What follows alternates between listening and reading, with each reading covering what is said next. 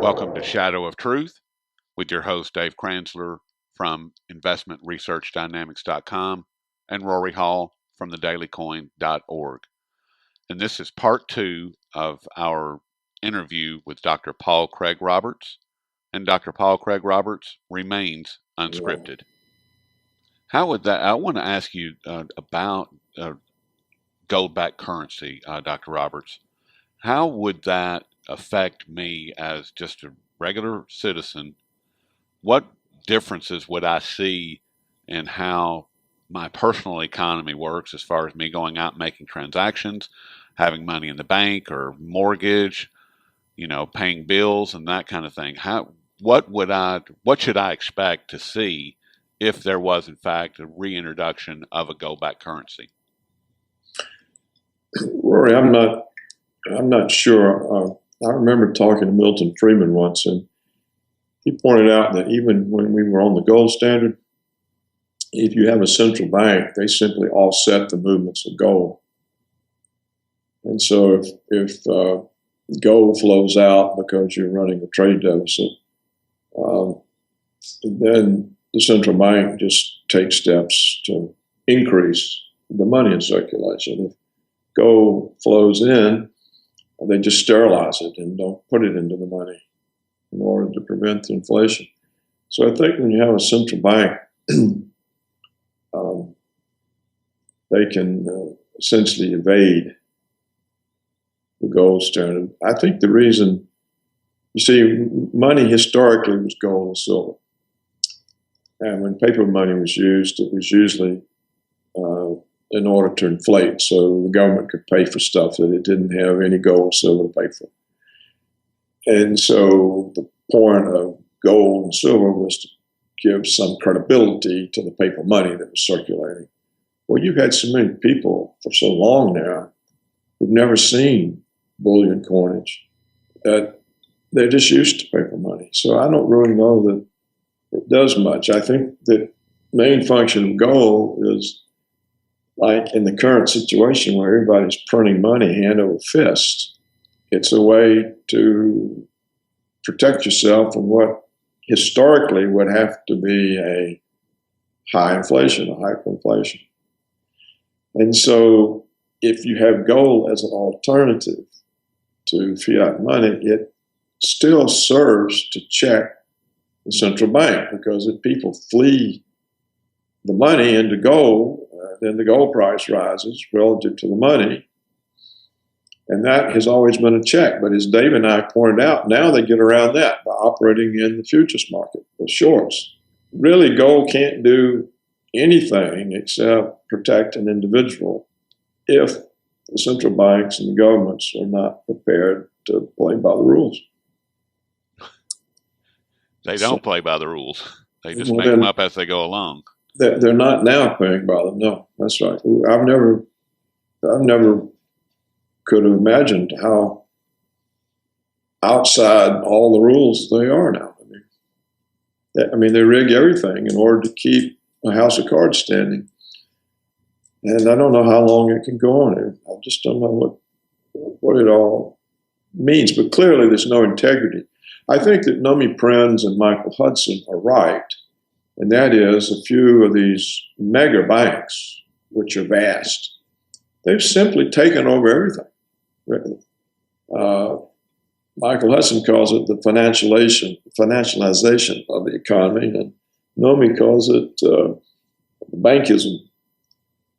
And I think what you've got is just they control central banks, rely on the central banks to make good all their bad bets. And they're continuing to make bad bets. Now, the last time it collapsed, but that's because the central bank wasn't maybe ready. It didn't. It was a new development. The second time, will it collapse? I don't know. Maybe central bank will step in and buy everything again. Or maybe they just won't even bother to report what's on the books. I mean, it's not really clear. When they can falsify the employment reports like they do, they don't have to report what the real balance sheets of the banks are. Or anything. So I just don't know. I mean, we may live in this type of situation for a long time, and I just don't know. I couldn't. I don't see how that's possible, because at some point the amount of money that they need to print to keep everything together becomes way too disconnected from the amount of real wealth output that the economy is producing. So, for instance, as you get more and more people leaving the labor force, a fair percentage of those people become wards of the government. They go on to welfare, they go on to Social Security, disability, and the government has to keep printing more and more money in order to pay for those programs. And at some point, it just collapses under its own weight. I mean, they can defy the laws of economics and nature for a certain period of time, but you can't change them and you can't rewrite them. Eventually, the natural laws of economics and nature get a grip on the system, and that's where you have a collapse. Well, that could be true, but you know they're cutting everything, and they're talking about privatizing Social Security, and I think too, Dave, what you said really relies on some kind of accounting standards and some kind of integrity somewhere. But if there's not any integrity anywhere, and all that money doesn't get into the economy, it just goes to the bank's balance sheets. But I don't even know why do they even have to. It doesn't get in the economy. I mean, I don't even know they even print money. They just tell the bank, okay, here's so much on your account, and we have these assets of yours. But I think it reached the point they don't even make the trade. They just say, here's some more money on your account. Right, but at Keep some the point, assets. there's an extent. I mean, I think this country basically, the percent of everything that this country consumes that is imported is like it's somewhere between 60 and 70%. So in other words, this country only produces about 30 to 35% of what it consumes. At some point, countries are going to stop exporting to us because they're not going to want the dollar because there's been so much of it printed. And that's part of the dynamic of where the system collapses. I mean, if governments that's what should happen. And it will happen. I mean, if governments and central banks could rewrite the laws of nature, we would all be speaking Latin right now because we'd still be part of the Roman Empire. Well, I don't think they knew how to do all this. Oh no, they debased the money back then. They started shaving the gold and silver coins, and then they started mixing lead and tin. The way they did it, it was apparent to everybody. I think it's going to become more apparent to I think it is apparent to a lot of people. It's just you're not hearing about it because they're being kept dumbed down with propaganda and welfare and all the other. I mean, there's over 50% of the country that is now basically dependent on the government for some sort of transfer payment, and that can't be self-sustaining. I just don't know. We won't have to deal with this today, though. Dr. Roberts, I completely agree with you about the reserve currency idea. There's not a need for a reserve currency, and if anything, a country's ability to have the reserve currency skews the power structure of the globe. Yeah, and it puts everything out of balance, like we've done. It puts everything out of balance, and now we're so far out of balance, there's going to be a very painful adjustment that puts it back into balance. And I would take it one step further and say that we don't need central banks either. And along with that, we need to eliminate the fractional banking system. Yeah, that's all probably true. And I think at some point, I don't think I mean, obviously the United States is obviously not going to put those reforms in willingly. But at some point, the market's going to impose the discipline. Well, if there's still a market there, everything seems to be so rigged and controlled, and there's so much collusion. It's incredible. And that's what I mean. I mean, that's not a self-sustaining model. You're very hopeful. Who, me? Dave's very hopeful. Yeah. Oh no, I'm not hopeful. I was going to say, and I don't know if we want this on the show or not, but my personal view is that, and the history kind of tells us this is where it goes, is that this will end up in a world war before the United States will let that adjustment process take place. And I think that's what we're seeing here with the escalation in United States military provocation all around the world, especially towards Russia and China. I think that is just a reflection of the neoconservatives' ideology of global hegemony, which of course is backed by the banks and the oil companies and the armament companies. But this is the ideology of the U.S. as the only country able to exercise unilateral action anywhere in the world. And Russia has gotten in the way of that, and they suspect China is going to be in the way of it. So they're trying to figure out how to destabilize those countries. And if they can destabilize them, then they don't need to go to war. So I think you have to take the neoconservative ideology very seriously. And it's an ideology that we are the unipower and there are to be no others.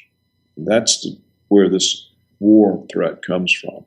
It's a well-developed doctrine. Remember the story was being promoted that people were going to take their savings from a lower gas price and spend it on the economy? Yeah. Well, as it turns out, this report did a survey and it showed that any extra money that people have saved from gasoline has either gone towards the increase in healthcare expenses as a result of Obamacare or to pay down credit card debt, because credit card debt has started to go up over the last couple of years. And so they're using any extra money to try and keep their credit card balances lower. Yeah, they can barely make the minimum payments. Right. So much for spending money at restaurants and at Macy's and Saks and right. I agree. certainly don't believe the Fed's going to raise interest rates, because what would that do to the stock and bond markets?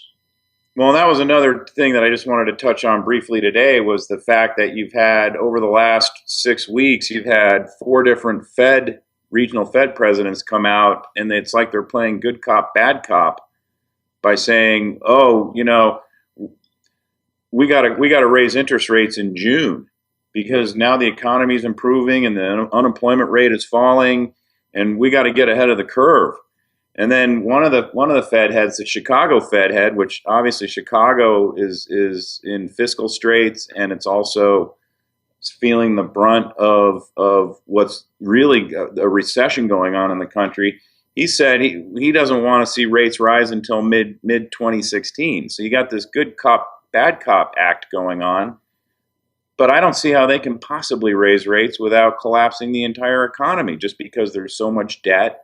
And the stock market has bubbled up on 0% money that's used to buy stocks. Yeah. No, if they raise interest rates, it contradicts everything they've been doing since '08. So the whole system is based now on free money, negative interest rates. If they raise them, that goes to the stock market, that goes to the bond market. And it could set off some kind of a panic. I don't know what the implication would be for all the collateral loan obligations and the various derivatives, and all that's over my head. But all these things are got to be tied to interest rates. They all are. It's all tied to the fact that the banks have free money to plow into financial assets. Unless the rise in interest rates helps the banks' derivatives, it'll produce a crisis. So maybe they've got it set up. Maybe they're in league with the Fed and they've got it all set up so that they make money if the interest rates go up. Maybe that's how it's set up. I just don't know. But I can't see the Fed raising interest rates that then produce another bank problem. But if they raise the interest rates, wouldn't that blow up the deficit? I mean, as far as what the federal government. Not a worry, because the Fed just buys it. Oh, okay. Well, and the interest that the Fed gets, they give back to the Treasury. Oh, okay. So the interest on the debt is a problem only if it's held by people or companies. But if the Fed holds the debt, they return all the interest to the Treasury except for the operating expenditures. But what about the debt that China holds, or Russia? What about the debt that China and Russia? Well, they have to pay interest on that. Okay. Here's what the problem is with raising interest rates: is the Fed's balance sheet has a very, very small net worth.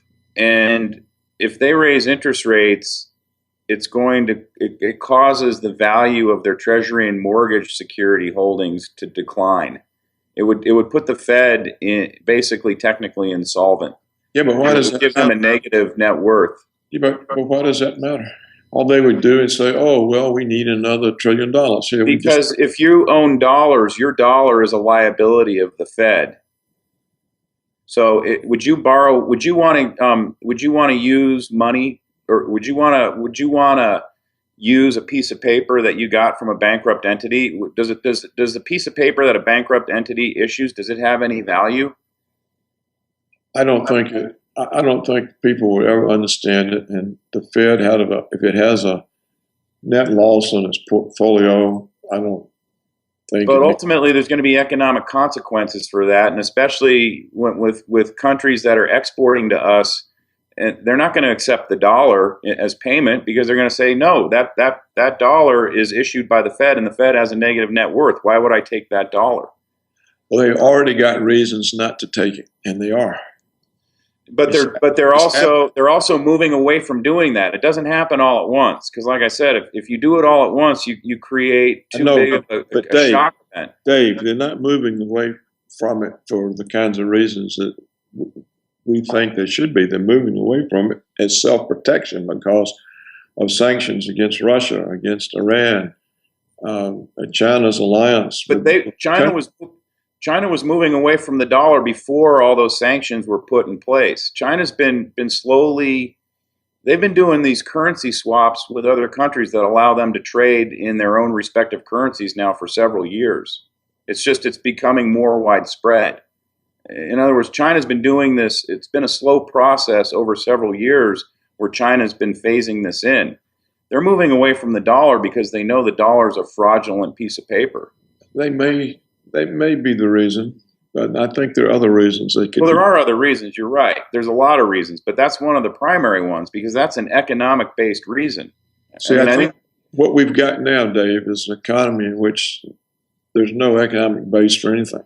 It's all completely rigged. You know, we pointed out so many times, how can the gold price be going down when the demand for physical possession is rising and there are constraints on supply? Don't you remember a while ago? Oh, yeah, absolutely. Everything in this economy is rigged, but, that's all the more reason for why China and Russia would not want U.S. dollars. Well, I think the reason Russia doesn't want them is because they found out it puts them under our power. We can sanction them. We can block them from the SWIFT system. We can exclude them from the payments mechanisms. Right. It's a whole, you're right. It's a whole witch's brew of reasons. Not the least of which is the fact that, if you're China or you're Russian, you're looking at the Federal Reserve as the issuer of the U.S. dollar, which is a Federal Reserve note. It's not an actual, it's actually a debt security is really technically what it is. You're looking at that and you're saying, well, the Federal Reserve is on the brink of having a negative net worth. I don't want any paper that they issue, and the paper they issue is the U.S. dollar. I don't think anybody cares, and all the Fed has to do is just create more dollars to cover the loss. But if there's not wealth backing those dollars, eventually that catches up. Like I said, I mean, if we could print our way into prosperity, there'd be a lot more dollars in circulation right now, and there wouldn't be welfare, and everyone would be happy. No, but we're not printing ourselves into prosperity. We're printing the banks into prosperity. Well, and it's the mechanism, but see, it's the mechanism by which they're sucking wealth away from us, because they're sucking the wealth out of our system, and they're gonna leave this entire system one huge shell of just debt. Yeah, that's when it all collapses. Right. Yeah. That's why China and Russia don't want anything to do with the dollar. But I mean, China's got a problem. If they're smart enough to know that, you see, the question would be, how come their economists know that and ours don't? Well, our economy. I mean, in other words, we know the answer to that. I mean, the people who are implementing what's going on behind the scenes, they know exactly what's going on, and China knows what's going on. But they've got a problem. They're wearing $1.2 trillion of treasury bonds. And if they were to cause a reset all at once, they would lose the any sort of hope of recovering any amount of money from that 1.2 trillion in treasuries. And that's why I think you're seeing them do this slowly over time, and to try and offset the drop in wealth that will occur when the reset happens. That's why they're accumulating all this gold, because the value of their gold will go up theoretically by the same amount that the value of their treasuries go down. It's a hedge. Well, they've been printing a lot of money too. That's true, and I think it's to try and offset. We're not quite sure how they're going west. Gold-backed currency when they keep printing it hand over fist themselves. Well, but they don't have a gold-backed currency yet. They're accumulating gold, and obviously, well, Russia's accumulating gold also. But while the West is dishoarding its gold, it's all moving to the east, and China's taking most of it. And there's a reason why they're doing that. Sure there is. The real question is how we can have a situation like this, and it's never mentioned in the financial press. It's not an item of discussion among economists or the universities, that there's just total silence about this situation that we've been discussing. And that is really a mystery. And if you think about the Russians and Chinese, they got the same kind of economists we do. They're all neoliberals. They're all trained in the neoliberal tradition. They think just exactly the way ours do. I wouldn't attribute any kind of inside information, any sort of different knowledge or information to them. They're all, look at the Russian central bank using up its foreign exchange to support the ruble. What's the point of that? Well, but it's foreign exchange is fiat currencies. They're just using that. They're using fiat to support fiat. I know, but they're also accumulating gold. But the fiat currencies they're using up are not declining in value because we have it rigged. How's the dollar going to decline when we've got Japanese printing and the euro printing? Well, that's what I'm saying, though. You're still. It's still if you look at the big picture, everything added up. All the currencies added up. It's all paper currencies that are being printed well in excess of the amount of wealth that's being generated by the global economy. In fact, the global economy is contracting right now. Right. That's where at some point it becomes unsustainable and it all collapses. Because the currencies are supposed to represent the wealth that's being produced, right? It's just a proxy for trade. I trade my labor for your currency, so I can go out and buy. Well, this hasn't been the case. This hasn't been the case since 2008. It's now 2015. Well, it takes a long period of time look how long it took for Rome to collapse. Centuries. Yeah, but that was a different thing. They basically collapsed militarily by fighting each other all the time. That's why they had to debase the silver denarius. Well, I think we've got a lot to write about in the future, that's for sure. And I think Rory did a good job getting this together. And I'll look forward to seeing it. When are you going to come up with it? I plan on releasing all of this evening. Oh, well, you better get to work. I certainly appreciate all your time today, Dr. Roberts, and I hope that we're able to do this in the not too distant future. All right, you guys. All right. Thank you, Dr. Roberts. So long. All right. Bye-bye. Bye.